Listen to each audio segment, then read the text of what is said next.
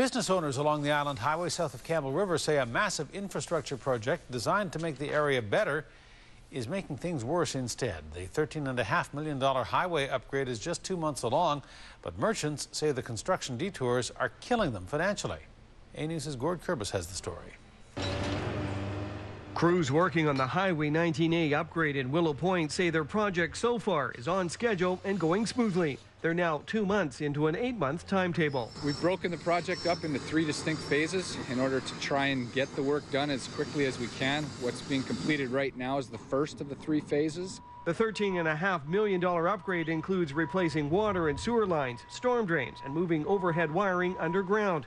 It's a massive project that's making for some tough challenges for work crews. Of course, we're bound on the eastern side by the ocean, so we don't have an ability to travel that way. And as we get further up into the site, we actually have a freshwater spawning stream, which restricts the site on the west side. That results in a very limited footprint that we have to work. The project needs to be wrapped up by March of 2011, but some businesses on either side of the construction zone fear they won't still be in operation when the project is finally completed. Admittedly, they're doing something for the betterment of the town and for everybody, but we're the pawns that are falling through the cracks as business owners.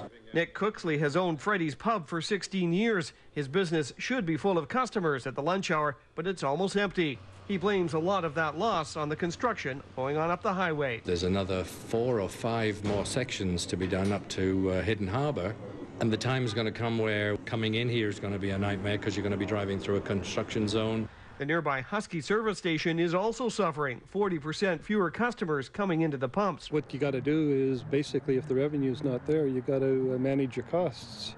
One of the things that might happen to us is we won't be able to hire the additional people that we do over the summer. Prior to the start of construction, the city did a count of how many vehicles were using the island highway on a daily basis. That number was around 11,000 vehicles per day going in each direction. Now that number is reduced to just around 6,000. It's had a major impact on it. There's no doubt about that.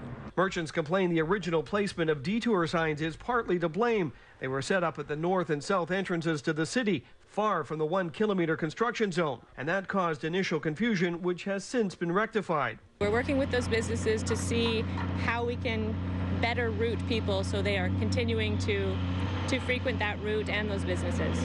Workers and staff say they are doing their best to accommodate the concerns of the merchants, but have had to turn down the request to open 1 lane of the construction zone, saying that would only make things worse. In Campbell River, Gord Kurbis, A-News.